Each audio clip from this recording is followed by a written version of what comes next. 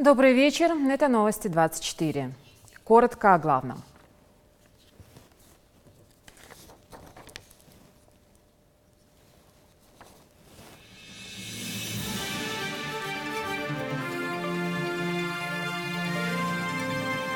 Нельзя допускать таких действий. Это противозаконно. Что с нашей, что с любой стороны, в том числе. Я понял.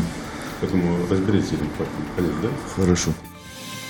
На встрече главы региона с секретарем Совбеза обсудили инцидент в Беслане, который затрагивает уроженцев Ингушетии и Чечни.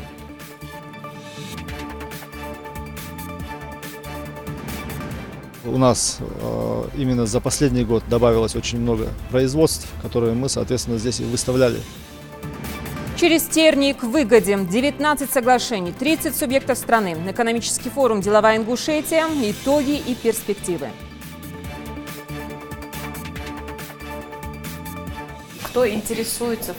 Вот соседи наши и все. Кто-нибудь приходил? Объявляем о новой рубрике «Сюжет в деталях». Это особый репортаж на злободневную тему. Сегодня удивит Светлана Томова.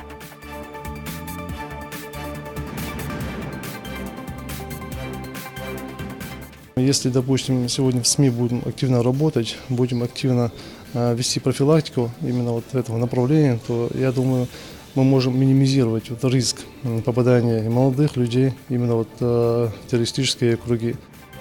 Кому как не журналистам вразумить общественность о нещадящей эпидемии террора. Его профилактика стала главной темой тренинга в Магасе.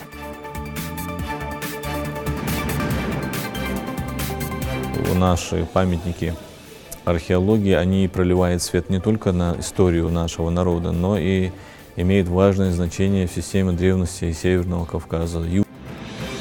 Теперь наша очередь встать за ней стеной. Меры по укреплению Назрановской крепости обсудили на встрече в НИИ.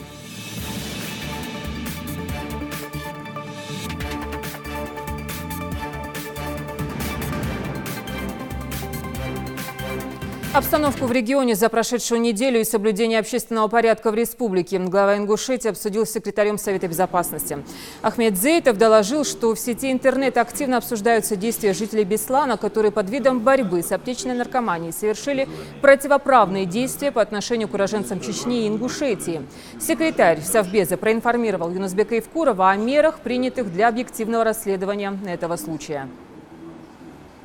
Я направлял в город Беслан своего заместителя Гайтова вместе с министром по делам национальности Сивлоем Уланом, где они встречались с министром по делам национальности Цуциевым Северной Осетии и главой правобережного района Сосланом Фраевым. Там состоялась встреча. На данной встрече было высказано возмущение теми действиями неустановленных лиц астинской национальности, которые просто проезжающих лиц ингушской чеченской национальности останавливают на дороге, прибегают к каким-то непонятным действиям. Если есть наркоманы, если у них есть информация, подтверждающая о том, что эти лица занимаются сбытом наркотических средств или приобретением наркотических средств, то они данную информацию должны передавать в правоохранительные органы, и, соответственно, правоохранительные органы в лице управления по противодействию наркотикам должны заниматься данным вопросом. Но ни одного факта, подтверждающего о том, что те лица, которые там по выкладке в YouTube были замешаны или уличены в приобретении или в сбытии наркотических средств, у них не было. С коллегами Северной Осетии, отошли там ТМК, выйдете. Наш министр там уже был по делам национальности. Разберитесь с этой ситуацией. Нельзя допускать таких действий. Это противозаконно. Что с нашей, что с любой стороны, в том числе. Я понял.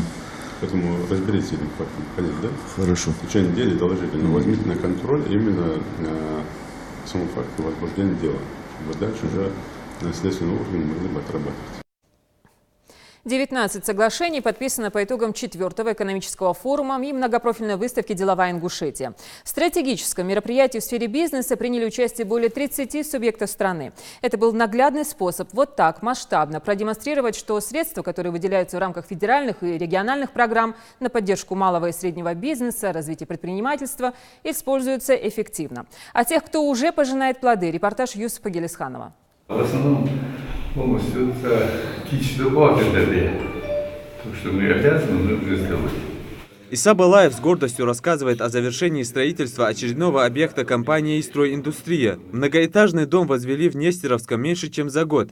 В строительстве Иса не новичок и знает все тонкости своей профессии. На счету компании уже несколько сданных крупных объектов в Сунжинском районе. На форуме «Деловая Ингушетия» бизнесмен подписал выгодное соглашение о реализации еще одного инвестпроекта в Сунжинском районе. Инициативе подали глава республики Юнусбек Юхуров и глава района Хашгулью Иса уже хабяхашти метгюри хосогерих школы и садики.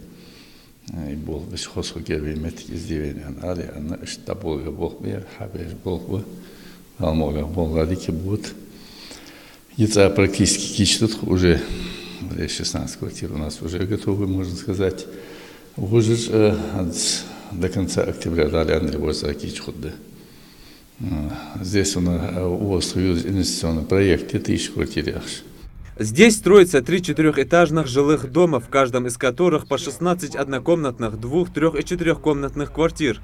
Прилегающую территорию подрядчик также планирует благоустроить детскими площадками и зоной отдыха. Расположение домов самое удачное, рядом и новая школа, и детский сад. У нас это не первое инвестиционное соглашение с данным предпринимателем. Имеет место строительство 8-этажного жилого дома. 8-этажного жилого дома на 56 квартир в то время на СП Сунжа, то есть в данном случае в городе Сунжа, а также 5-этажного жилого дома на 28 квартир, также в городе Сунжа. Причем в каждом из этих домов на первый этаж также был занят, предусмотрен под объекты предпринимательской деятельности, либо под офисные объекты. Почему я делаю столь заостряя внимание на объектах предпринимательской деятельности? Это это стимулирует создание дополнительных рабочих мест. Это уже второй завершающий день форума, но его участники уже пожинают первые плоды. Деловая Ингушетия стала, безусловно, одним из самых ярких событий года в экономической жизни республики. У нас именно за последний год добавилось очень много производств, которые мы, соответственно, здесь и выставляли. Районы и города отдельные территории заняли и там представили всю продукцию, которая у них на территории производится. Отдельным составом на форуме выступили Комитет по туризму и Министерство сельского хозяйства, которые представили перспективы агропромышленного комплекса и туристический потенциал региона. Форум объединил участников из регионов СКФО, Московской области и Ростова-на-Дону, а также представителей Федеральной корпорации развития малого и среднего предпринимательства, Агентства стратегических инициатив, Организации женщин и бизнеса и многих других. В этом году мы совместили два форума. Это вот организация женщин и бизнеса. Она сейчас все больше и больше увеличивается, набирает обороты, эта организация. И в их число уже входит порядка 50 регионов. У нас мы открыли у себя в регионе тоже эту организацию и представительство. И руководителя выбрали вот на этом форуме. Эта организация тоже привезла с других регионов, там порядка 30 регионов представителей были у нас на нашем форуме. Соответственно, мы провели сразу два форума, можно так сказать. В Министерстве экономики уже подводят итоги. Результатами форума можно похвастаться, в рамках которого заключено 19 соглашений на общую сумму 5 миллиардов 300 миллионов рублей. Сейчас в Министерстве налаживают механизм по контролю за реализацией проектов с последующим ежеквартальным отчетом. Юсуп Гирисханов, Адам Далаков, Новости 24. Парламентарии готовят законодательную инициативу, которую предложат на рассмотрение в Госдуму. Народные избранники предлагают внести изменения в федеральный закон о дополнительных гарантиях по социальной поддержке детей-сирот и детей, оставшихся без попечения родителей. Депутаты предлагают закрепить полномочия по установке сроков договоров найма специализированного жилищного фонда для этих детей за самими регионами. Законопроект разработан Комитетом парламента по государственному строительству и законодательству. В настоящее время эти сроки у нас составляют 5 лет. И в частности для нашей республики, для детей-сирот, которым предоставлены вот эти квартиры, 5 лет – это очень такой довольно-таки большой срок. То есть, чтобы прийти к договору социального найма, им нужно там проживать 5 лет по договорам найма специализированного жилищного фонда. И в соответствии с законом также предполагается и второй срок, тоже 5 лет. То есть, что мы хотим? Мы хотим, чтобы данное право было закреплено за субъектами Российской Федерации и, соответственно, чтобы мы в нашей республике установили минимально низкий срок, маленький срок по этим договорам найма специалистов жилищного фонда. Сюжет в деталях. Это новый проект информационной службы НТРК Ингушетия. Под этой рубрикой будет выходить специальные репортажи, подготовленные корреспондентами. Тематика самая разнообразная. Главная концепция – это детальное освещение самых важных, интересных, порой злободневных тем. Итак, в социальных сетях появилась информация об одинокой бабушке из сельского поселения Али-Юрт. Ее держат взаперти, не оказывают внимания, более того, отбирают пенсию. Все подробности у Светланы Томовой. Эта бабушка живет в Али-Юрте по улице Гагиева. Она одинока и очень стара. Есть родственники, но нет детей. Есть женщина, которая якобы ухаживает за ней, забирая всю ее пенсию. Но, несмотря на это, не получает хотя бы минимального внимания. Дверь всегда сверху заперта. Бабушка кричит и зовет на помощь. Именно такую информацию и фотографии сбросили неизвестные в социальные сети. Новость мгновенно облетела весь интернет-ресурс. Люди негодуют, как такое вообще возможно, почему за бабушкой не ухаживают социальные работники и куда смотрит местная администрация. Мы выехали на место с уполномоченным по правам ребенка Заремой Чехкиевой. До нее также дошла информация, что с бабушкой бывает малолетний ребенок. Это полуразвалившееся жилье вряд ли можно назвать домом. Стекла снаружи все побиты. Окно, которое ведет из коридора в комнату, завешено старым одеялом. Значит, отсюда это все действительно дом. Весь холодный. В помещении от неприятного запаха находиться практически невозможно. Самой бабушки в доме не оказалось. Мы поинтересовались у соседей, правда ли то, что пишут они, и где теперь находится пожилая женщина.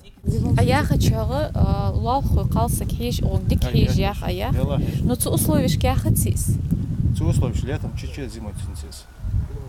Только едешь. А значит, что я хочу, паника, что қалсы, я хочу лес. Сонши гэргэн би хочешь, может быть, бас ложда. А цара душ такам я хочу лишь хос. Я дачу так лохо сега дачига ахоя. Хай гэргэн что was хамдэл что стяо. Но здесь ничего сега здесь дац. Хажра хаш. Хажти архарцу. Пока мы общались с соседями, подъехали представители социальной защиты, администрации Назрановского района и села. Последние, в свою очередь, заверили, что часто навещали бабушку и помогали по мере возможности все эти годы. И, мягко скажем, удивлены, почему только сейчас она вызвала у людей повышенный интерес. 10 лет мы все смотрели, ничего не знал. А теперь, как только чуть-чуть где-то что-то бросил, все сразу узнали. Вот как раз вот мы К разговору подключились остальные соседи, которые подтверждают, что за бабушкой действительно смотрели и они, и администрация. Просто характер у нее не из легких и помогать себе особо не дает.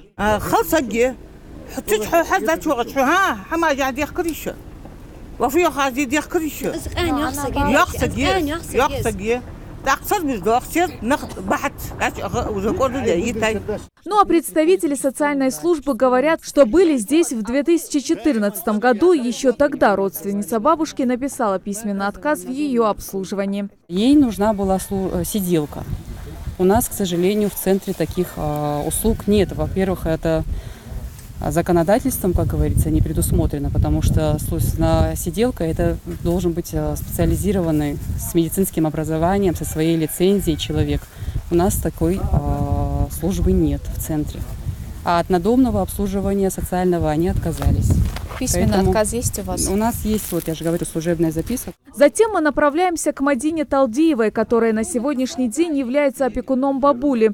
У самой Мадины 5 детей и престарелая свекровь. Но оставить женщину одну в таком состоянии она не может. И это несмотря на то, что рядом живут близкие родственники бабушки, которые не принимают никакого участия в ее нелегкой судьбе. Нам удалось увидеть Зайдат Бацаеву, которая, надо сказать, находится в хорошем расположении духа. Но сама Мадина заверяет, что судьбой бабушки никто не интересуется. Кто интересуется?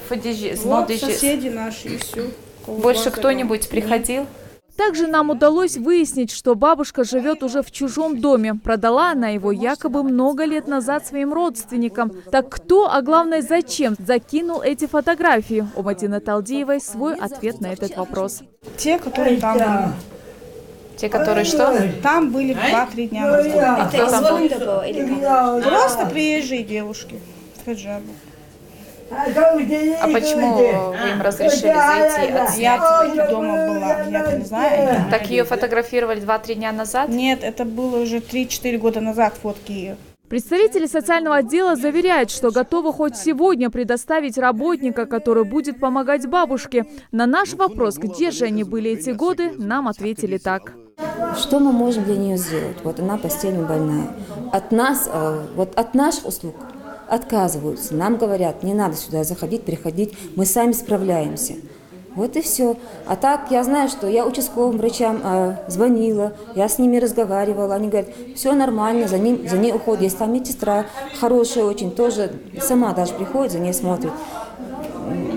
Так что сказать, что я не знала, что с ней происходит, мы не можем сегодня. И с телефон ми, сотик уж хану, цинква непосредственно лампочки, свет, газ кадуам, ищ дуам, администрация злота мудят. С телефон ми царкшини, лурышк, дайман, внимание, халами ехат. Тхош муж до гоносл, администрация, алвашта носл, лила мудят. Все же, несмотря на заверение представителя администрации и социальной службы о проявленном внимании к пожилым людям, мы вооружились списком одиноких стариков из той же администрации и выехали пообщаться с несколькими из них, узнать, какую реальную помощь им оказывают. В первом же доме мы столкнулись с родственницей одной бабушки, которая однозначно заверила, что социальные работники здесь не появлялись и, соответственно, ни разу не предложили свою помощь. Уход диyor, больнице yürüyor. Юрим малар сутик, дердинер адахат шоудушал, уергюрта. А соцработник вообще бяхка хамбину? Хакка соцработник виноват, сасак виноват. Сон, соёл жва вести, со укам и я не работаю. Я домохозяйка. Ханз егу, сдавал же здесь мочу, возьму ези, она чек я кига из больницы. Ханз давай да что, не илалат. Один никого я не видела. А вот Фирдоуса Аздоева после смерти матери совсем осталась одна. Она поделилась с нами, что сама отказалась от их услуг. Приходить они приходили, но, выпив за компанию чашку чаю, удалялись по своим делам. Пока я на ногах. Пока социальные службы и затерявшиеся родственники перекладывают ответственность друг на друга, несчастные старики доживают свои дни в одиночестве, а ведь им необходимо всего лишь внимание. Этот вопрос уже стоит на жестком контроле у руководства региона. Ну а в случае с Заидат Бацаевой ее опекун, кстати, в очередной раз письменно отказалась от услуг социальных работников, а значит, всю ответственность за нее берет на себя. Светлана Томова, Майрбек Миржоев, Новости 24. Премьер республики Руслан Гагиев принял участие в торжественном открытии автомобильной дороги протяженностью чуть более 2 километров в селении Аки-Юрт. Строительство шло в рамках исполнения поручения Юнусбека Евкурова, отданного им после программы «Диалог с народом». Автодором Ингушетии менее чем за 20 дней проведены все работы, связанные с ремонтом и устройством асфальтобетонного покрытия дороги, способные обеспечить транспортное сообщение при любых погодных условиях. Гагиев сел за руль, чтобы лично оценить качество дорожного полотна. Объясните инопланетянину, что такое терроризм, есть ли у него разновидности и куда дальше двигаться человечеству с этой паразитической ношей. Такие вот глобальные вопросы и нестандартные задания пытались решить на семинар-тренинге в Магасе. Главными его участниками стали представители региональных СМИ Зарима Ивлоева на профилактике экстремизма. С первых минут доцент кафедры психологии НГУ Марета Дзейтова привлекает внимание слушателей неожиданным заявлением. Терроризм бывает разным, отмечает ведущая тренинга. Духовный, бытовой, экономический и даже благотворительный. Терроризм – это разрушение, а существовало оно еще со времен зарождения человечества. Просто трактовалось всегда по-разному. Итак, экономический терроризм и экстремизм заключается в уничтожении, разрушении ценных и полезных объектов экономики, дестабилизации процессов производства, товарных и финансовых потоков, шантаж. Чтобы решить проблему, нужно сначала понять ее суть. Тренер предлагает собравшимся психологическую игру. Каждый участник должен доступно объяснить инопланетянину, что такое терроризм и почему люди следуют по пути разрушений. И, допустим, у вас в корабле кто-то появился, который не хотел бы лететь на планету Земля. И стал отговаривать всех пассажиров, чтобы не летели, чтобы разрушить вот этот план. Журналисты, блогеры, с такими собеседниками семинар-практикум быстро перерастает в живой диалог. Что движет радикалами и почему их идеи находят отклик у других? У представителей четвертой власти на этот вопрос есть свое мнение. И мы знаем, что в основном сегодня вербуют именно через социальные сети, через интернет, через разные сайты. И таким образом вербует молодежь. Поэтому если, допустим, сегодня в СМИ будем активно работать, будем активно вести профилактику именно вот этого направления, то я думаю, мы можем минимизировать вот риск попадания молодых людей именно вот в террористические круги. Каждый из них не раз сталкивался с проявлением экстремизма и в повседневной жизни, и в профессиональной деятельности. Журналистам всегда известно больше остальных. Их слова ловят сотни и тысячи людей. И здесь, по мнению эксперта, очень важно правильно формулировать свои мысли, быть настоящим профессионалом слова. Журналист должен хорошо знать закон. То есть сегодня очень много законодательных актов, которые эту деятельность регулируют. Второе, журналист должен соблюдать этические принципы, которые тоже в достаточной степени разработаны, есть рекомендации. Третье, журналист должен хорошо разбираться в сути того явления, о котором он говорит. По крайней мере, есть такой нижний уровень, нижний минимум, некий, меньше которого он знать не имеет права или он не занимается не своим делом. И вопрос такой еще личной какой-то глубокой заинтересованности и неравнодушия. Инициатором этой встречи в очередной раз выступил Миннац Республики. Организаторы каждый раз стараются учитывать предложения и пожелания участников семинара. На данных тренингах мы обсуждаем новые введения законодательства, такие как репост, как многие сегодня молодежь пользуются, репост какой-либо информации, которая несет в себе призыв к какой-то террористической либо экстремистской деятельности. Также здесь мы обучаем людей, как бороться с тем, что есть нападки со стороны каких-либо общественных организаций, либо каких-то представителей, нападки на республику, на молодежь, представление информации недостоверной. Организаторы и модераторы проекта понимают, что за один день изменить ситуацию невозможно. Это лишь маленькие шаги в борьбе с терроризмом. И если делать их синхронно со всей планетой, то результат непременно будет положительным. Зарема Ивлоева, Хади Добриева, Рахман Цуров. Новости 24. Ну а в 8-й школе Гамурзеева пытались тем временем найти дополнительные пути воздействия на потенциальных и, к сожалению, уже реальных наркоманов. Проводимую акцию назвали более чем понятно – «Кайф по-трезвому». Что думают об этом старшеклассники, расскажет Руслан Албогачиев.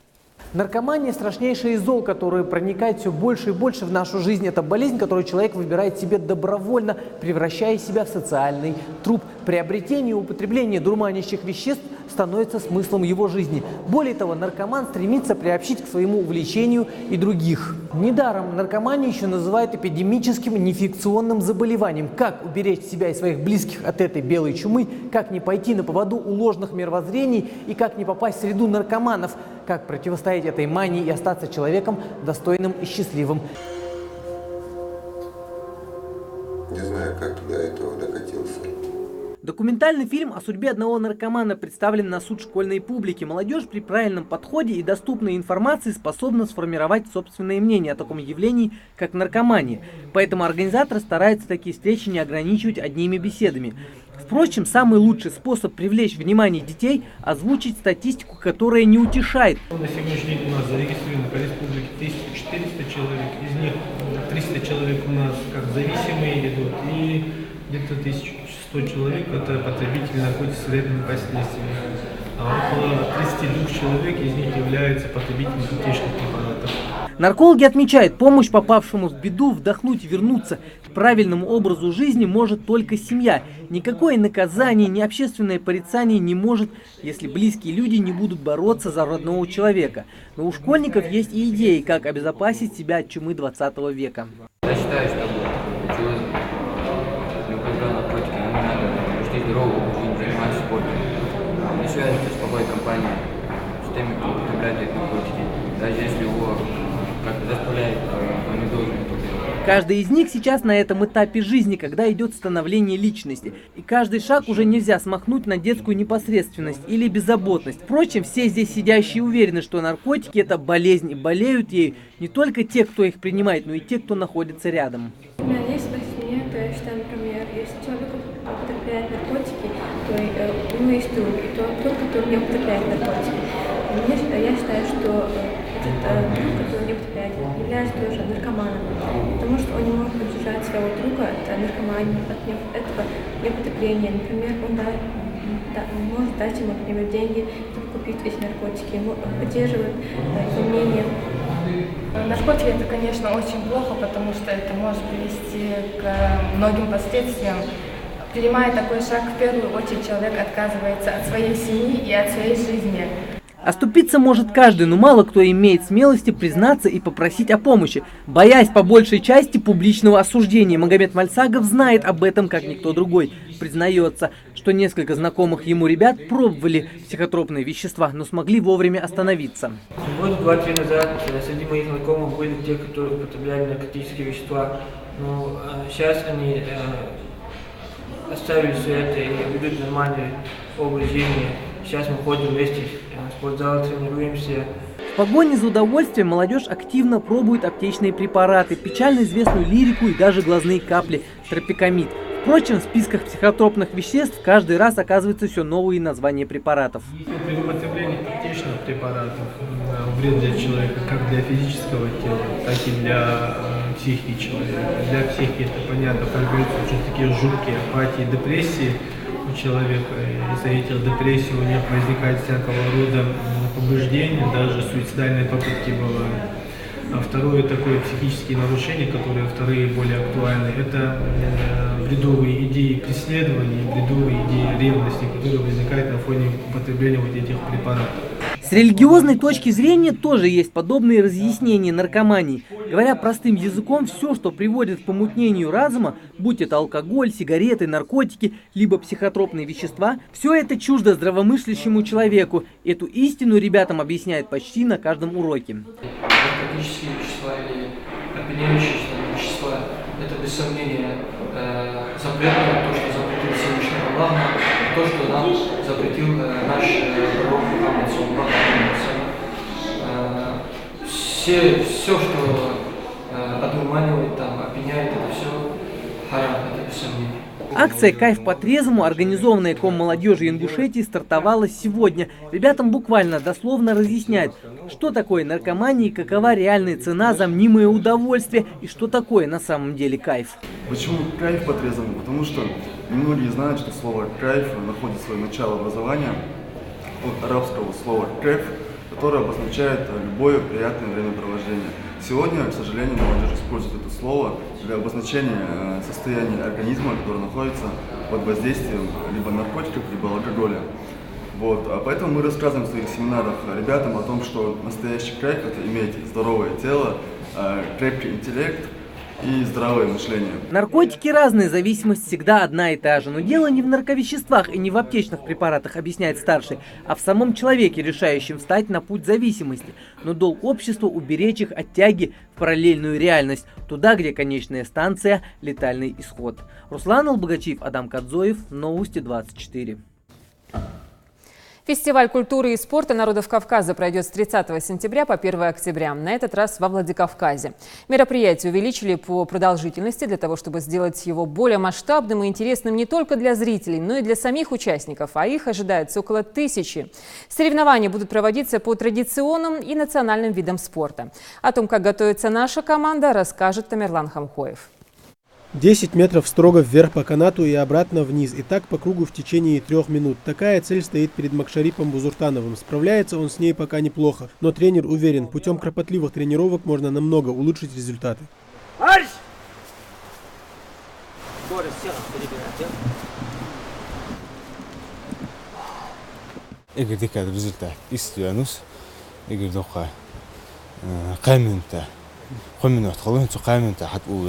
силовых видов спорта играть команды видишь. Ингушская сборная активно готовится к фестивалю культуры и спорта народов Кавказа, который пройдет в Северной Осетии с 30 сентября по 1 октября. База отдыха дома Мужичи за последнюю неделю превратилась в лагерь подготовки спортсменов. Отдыха здесь и близко нет. Заключительный этап тренировок в самом разгаре. Тамерлан Аздоев также готовится представить республику на фестивале. Бег на ходулях – еще один вид спорта, где Ингушетия в числе первых. На старт! Внимание! Марш! Вода! Давай! До конца, до конца! Изначально Суах Калашвар, Ингисхан Аздоев, выступатель, трехкратный чемпион Кавказских игр. Его научил Исмаил Расумов, наш тренер. Вот. И со временем я стал интересоваться, и брат научил меня на него бегать. В начале подготовки бывает трудно, так как мышцы устают и выносливости не хватает. И со временем, когда ты уже начинаешь сбавлять тренировки ближе к соревнованиям, ты уже привыкаешь к ним и не становится так трудно. Спортсмены, не требующие дополнительной мотивации, армрестлеры, победители многочисленных соревнований, в том числе неоднократные фавориты Кавказских игр, они и в этот раз готовятся доказать, что равных в этом виде спорта им нет. Первый раз был жуацу Кавказский бодраж, عندلي مهتك ديك رأي نقطة روس دالش عندلي أو سكتين زاخش تبقى ترى حيج أي جايين سجوسو دال عندلي نقدر خدت سكتشي. На сборную возлагают большие надежды не только тренеры. За ингушских атлетов болеет вся республика. А как ингушские спортсмены подойдут к фестивалю, покажет время. Команда подготавливается, уже вот по последний подготовительный этап идет. Команда очень готова. Мы претендуем на высшую ступень. Сейчас выделить какой-то вид спорта, я думаю, все ребята уже подтягиваются и все в хорошей форме находятся. И я думаю, в каждом виде у нас будет призовое место. Теплое солнце сменилось дождливой и ветреной погодой, однако для тренировок это вовсе не помеха. Времени осталось не так много, поэтому у спортсменов каждая минута на счету. К предстоящим Кавказским играм ингушская сборная подходит во всеоружии. Осталось всего несколько дней до начала фестиваля культуры и спорта народов Кавказа, который пройдет во Владикавказе, в Северной Осетии. Следовательно, осталось всего несколько тренировок до того, как начнутся соревнования. Нам остается пожелать удачи спортсменам и пусть победит сильнейший. Тамерлан Хамхоев, Гапурчик, Киев, Новости 24. Назрановская крепость, служившая в XIX веке основным щитом против захватчиков, сегодня сама нуждается в укреплении. Главным врагом оказалось время. Ученые и краеведы давно бьют тревогу. Об уникальности архитектурного объекта говорили на конференции в научно-исследовательском институте. Там собрались историки, археологи и работники Госархива Ингушетии. Лейла Гайсанова продолжит тему. Эта крепость – одна из важнейших исторических и культурных объектов Ингушетии и одна из самых главных достопримечательностей на ее равнинной территории. С ней связаны значимые события и процессы в истории ингушского народа и в целом Кавказского региона. На основании трудов историков следует, что после трехдневного сражения войск имама Шамиля с царской армией, оборонявшей крепость, в апреле 1841 года она выстояла. После окончания Кавказской войны в 1859 году Назрановская крепость утратила свое военное назначение и превратилась в место заключения горцев, выступавших против царского режима. После она стала одним из центров борьбы за советскую власть в Терской области. Основные сюжеты истории строительства и функционирования Назрановского укрепления в своем докладе отразил директор Государственного архива республики. Весь материал, представленный на конференции, основан на материалах Госархива региона. Мы на основе тех документов, материалов, в том числе в докладе приводится много картографических источников, которые имеются у нас в Государственном архиве. В основном и документы, конечно, и все эти картографические материалы нами откопированы из центральных, федеральных архивов, также региональных архивов. В данном случае в докладе использованы документы и материалы, которые нами копировались из Российского государственного военно-исторического архива и Российской государственной библиотеки. Значимость памятника здесь рассматривают и с археологической стороны. Так, доклад Умалата Гадиева посвящен Гамурзиевскому городищу, которое находилось в границах крепости в том числе. На его территории исследователями выявлены различные археологические артефакты, которые доказывают, что там, начиная еще с эпохи бронзы, жили люди. Они вели оседлый образ жизни. Археологами доказано, что жители крепости в то время вели многогранную жизнь. И такую ценность терять ни в коем случае нельзя. То, что сегодня мы поднимали вопросы, связанные в том числе с их охраной археологического наследия на этой территории, это актуально, потому что наши памятники археологии, они проливают свет не только на историю нашего народа, но и имеет важное значение в системе древности Северного Кавказа, Юга России и занимает достойное место в системе древности всей нашей страны. На Северном Кавказе сохранились только две крепости начала XIX века – Кисловодская и Назрановская. Местность, где расположена крепость, возвышается между речи Сунжи и Назранки, являясь стратегически важной, и поэтому в различные периоды истории здесь располагались укрепления. Сейчас уникальный памятник разрушается на глазах, нуждается в реставрации. Чтобы еще раз напомнить о состоянии исторического памятника, сегодня и собрались научные деятели Ингушетии. Этот памятник нуждается в работах по сохранению, неотложных протиаварийных работах и мероприятиях. Когда мы показываем значимость этого объекта, мы привлекаем внимание общественности и федеральных органов государственной власти, и наших бизнесменов. В 2001 году Назрановская крепость признана культурно-историческим памятником республиканского значения и является одним из самых ярких достопримечательностей региона. Чтобы сохранить уникальное наследие, надо уже сейчас принять меры.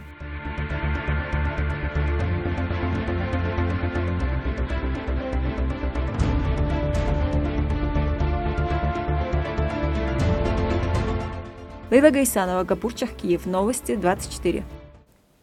Береги свое сердце, особенно перед перелетом. В аэропорту Магаз пассажиры прошли не только стандартную процедуру проверки паспорта, но и осмотр у врачей. Кардиологи и неврологи провели прием прямо в воздушной гавани с целью предупреждения сердечно-сосудистых заболеваний.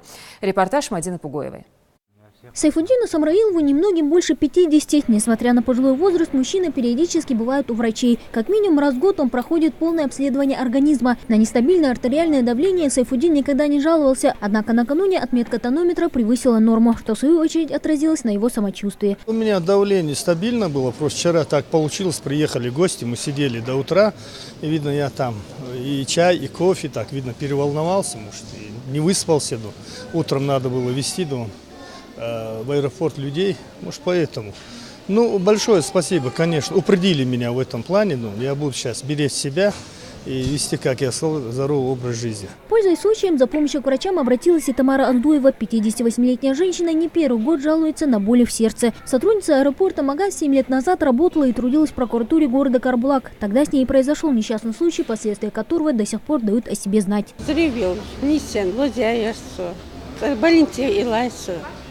Потому что, после этого, когда ты гаятся, уж Бог не штенца, давление есть, шли несу, хотим, я тубямся. В числе участников акции пассажиры, работники аэропорта и просто провожающие. Желающих проверить свое здоровье оказалось больше, чем предполагалось. За полчаса свое артериальное давление проверили у медиков десятки людей. Почти столько же успели сделать и кардиограмму. С утра к нам у нас были на приеме около 20 человек, у которых из 10 из них было повышение артериального давления. В основном жаловались на головные боли, головокружение, и у многих больных 160, 150 на 90 артериальное давление. Кашель, повышение температуры, слабость и бледность. Эти симптомы легко спутать с обычной простудой, однако часто они могут указывать и на болезни сердца. Если вдобавок ко всему еще и нестабильное давление, самое время обратиться к врачу. В Республиканском кардиологическом диспансере врачи узких специальностей прием ведут каждый день с 8 утра и до 5 вечера. Кроме того, диагностику сердечно-сосудистой системы можно провести и в районных поликлиниках. Мадина Пугоева, Хаваш Гойгов, Новости 24. Ну и в завершении. В общественном транспорте Дубая прибавление. В небе появилось беспилотное летающее такси. Тест-драйв прошел успешно. Летающее такси может перевозить до 2 пассажиров. Время пролета мультикоптера ограничено 30 минутами. Максимальная скорость беспилотного такси составляет 100 км в час, средняя 50. Ожидается, что к 2030 году четверть всего городского транспорта, в том числе автомобили, будут работать уже без водителей. Так что следите за новостями на канале Ингушетия и до встречи в эфире.